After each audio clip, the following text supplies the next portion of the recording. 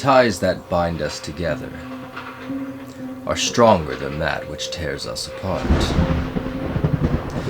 Taken loosely from its original source, a phrase that tries to explain how the bonds of family should be stronger than those that try and tear it apart.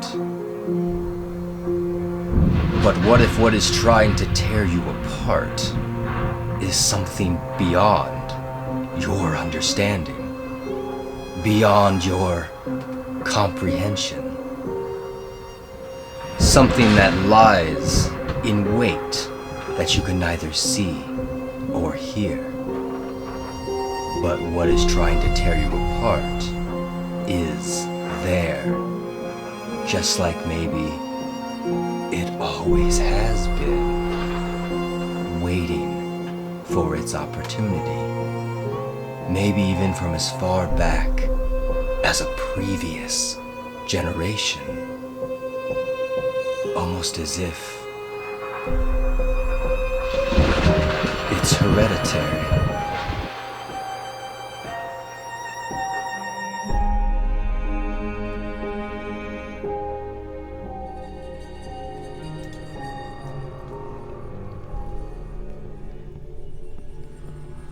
(2018's impressive and hard-hitting Hereditary, directed by Ari Aster.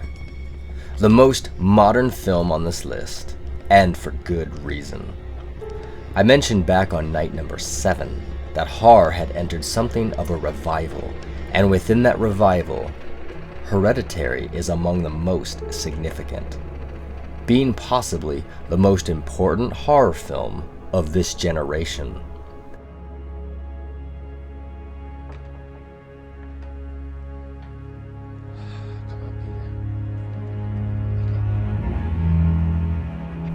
Director and writer Ari Aster is quickly proving himself to be today's most significant horror filmmaker, backed by the best horror movie studio out there currently, A24.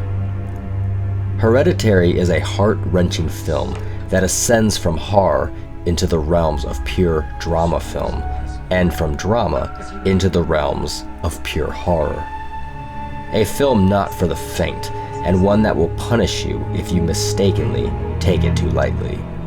A film that is worth analyzing far more than I can accomplish here tonight, but let's say it is worth multiple viewings and begs to be dissected, and has some of the greatest acting performances in a horror film in quite some time. Toni Collette, in her portrayal of Annie, is Oscar-worthy in this film. The film harkens back to the greats of the 1970s or early 80s and could stand alongside films like The Exorcist, Rosemary's Baby, or The Shining. If you have not yet seen this movie, I could not recommend it more. I do not intend to spoil this movie's ending, or many of its surprises, but unfortunately, in order to discuss tonight's scene, I will be revealing one of the film's earlier shocking turn of events that appears about 30 minutes into the film.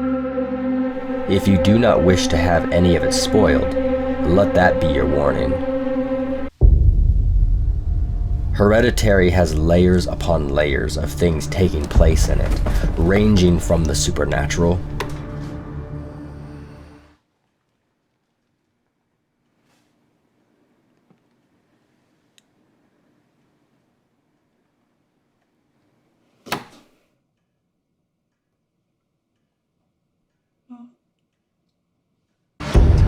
to the realities that some will find too close to home. Okay, so try again and release yourself. Oh, release you mean? Yeah, fine, release me. Just say it. Just fucking say it. Don't you swear at me, you little shit! Don't you ever raise your voice at me! I am your mother! To moments that will cleverly sneak by you on first viewing.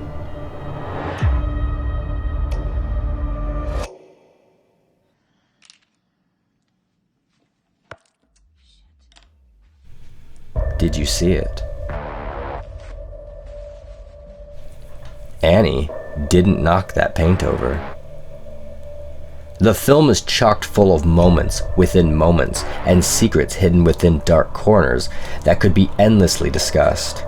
Hereditary is a remarkable movie that is made all the more powerful with its intensity and willingness to show us often what we may be admittedly afraid to see. Before we get into tonight's scene, one that will proudly exemplify my previous statement about intensity, I would like to give one final warning, this time for content. The following scene contains a major content warning, and if you do not wish to see any disturbing images, or do not wish to see a realistic depiction of emotional trauma, then this is your last warning before venturing any further. Very well then. Tonight's scene.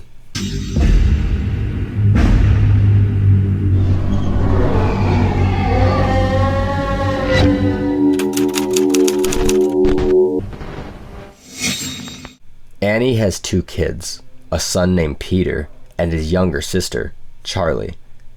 Charlie attends a party with Peter against her will. Annie makes her go in hopes she will get out of the house for once and have fun, and maybe make friends. That's okay. No, it's not okay. You're going. Why? Because it'll be fun, because you get to hang out with other kids. With who? And with your brother, with other kids. Peter is essentially going to get high and hopefully talk to a girl he has a crush on from school. Peter is reluctant to take Charlie, but does so, because he is desperate to meet this girl, and taking Charlie may have been his only means of getting out of the house and borrowing the car.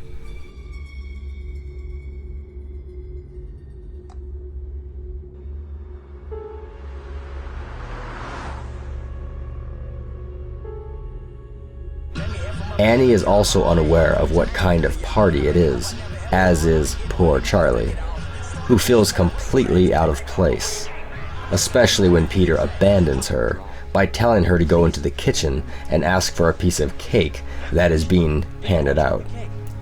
So alone, Charlie goes to the kitchen and Peter goes with his classmates to smoke in a nearby room. This was extremely careless of Peter for several reasons. Aside from the fact that he has abandoned his nervous and lonely younger sister, but he does not even so much as intend to keep an eye on her. Giving no thought or concern to her safety. This is especially irresponsible of him because the audience already knows that Charlie has a food allergy and can have a strong allergic reaction to nuts, something both of her parents have shown a great concern about. There are nuts in that. No.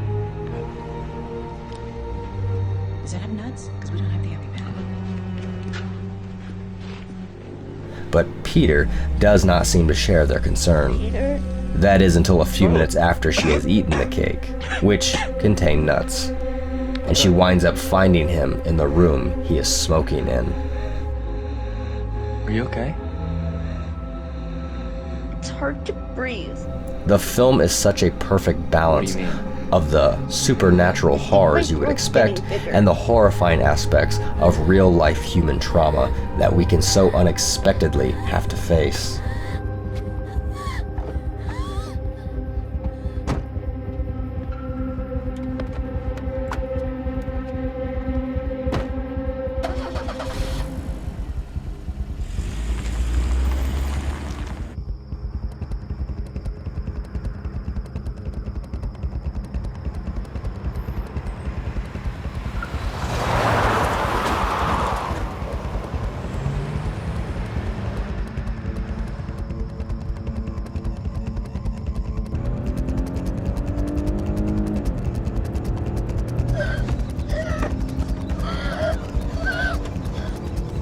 It's okay, Charlie. We're almost to the hospital, okay?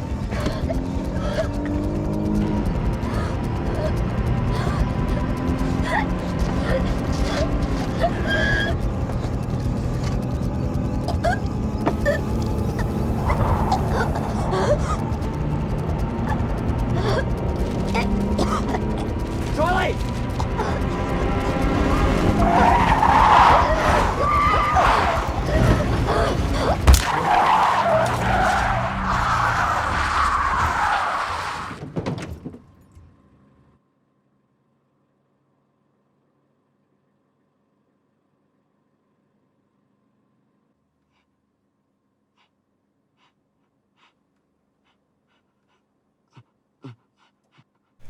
When first viewing this scene, there are usually gasps, followed by dead silence. Peter, who brings the car to a dead stop, is in a silent torment torn between, did that just happen? And that could not have just happened. The reality has not sunk in, even though he knows exactly what just happened. Peter's sister is dead in the back seat, and the brilliant, lingering shot on his face exemplifies a craftsman behind the camera, as we remain perfectly still and in silence with Peter, not even sure what to think ourselves. He never can bring himself to fully look, before simply releasing his foot from the brake pedal and just rolling home with his little sister lying headless about 2 feet behind him. Like Peter, we too are tempted with a desire to see the incredibly sad carnage, but are we ready? The thoughts that must be going through Peter's head are as terrifying and soul-wrenching as any supernatural element that can occur. This film understands how and when to scare us. Oh, and it gets worse. Ari Aster is a craftsman. This tragic, hard-to-watch scene is handled beautifully. What would you do in Peter's situation? There are varying ways he could take his following steps. But racked with guilt, self-punishment, and honestly fear, as well as, in my opinion, a sense of immaturity, he instead decides to just go to bed, so to speak. He lies awake the entire night, understandably. I say immaturity because he lays there unmoving instead of trying to warn his parents, even when he can hear his mother leaving the house to go towards the car, where Charlie's body still remains in the back seat. The way Ari Aster chooses to shoot this scene is perfect in letting our own imaginations create the torment in our own way. He could have easily shown us Annie walking to the car, seeing the headless corpse of her daughter, and then breaking down in tears, which would have been effective, but Aster understands that by instead holding the shot on Peter, whose only movement the entire night seems to be the tensing up when he hears his mother's screams. Notice Peter's shoulder and the pillow slightly move as Annie begins to scream. But his face does not so much as flinch from its frozen state of shock. We are left entirely on our own to let our imaginations, and therefore our own personal way of dealing with tragedy or sudden trauma, paint the small details ourselves, putting us into the mindset of Peter in that moment. And just when you think the scene may be coming to its end, and we can move on to see what happens after this horrible incident, Aster shows us what we've been fearing the entire time. In gory detail, a close-up of the head of Charlie, still lying on the side of the road, in what is probably an image even more disturbing than we initially imagined. The face is contorted and bloodied where it made impact. It is covered in ants, and cars in the background pass by, none the wiser. The aftermath. Annie screaming on the floor, admitting she would rather die in this moment than face this awful tragedy, is as horrifying to watch as the accident itself, if not worse. As Peter stands motionless in the hallway, frozen in a moment that he may never be able to forget, we can feel the sorrow and deep sense of fear and bewilderment in him, making for one of the most haunting and realistic depictions of a family tragedy that I have ever seen on film. These are reasons from a how it is shot perspective of why I think this scene is a great one, from the use of shots to the incredible performances.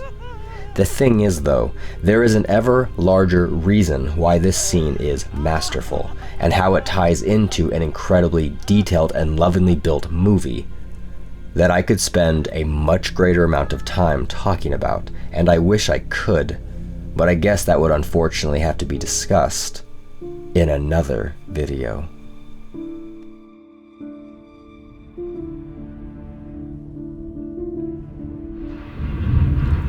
The very unsettling scene of Charlie's death is like a very small puzzle piece in a much grander, more complex puzzle. If you have yet to see this movie, I highly recommend giving it a real watch, or 3 or 4. Because honestly, they rarely make movies like this one anymore. But I, for one, am extremely glad that this one exists.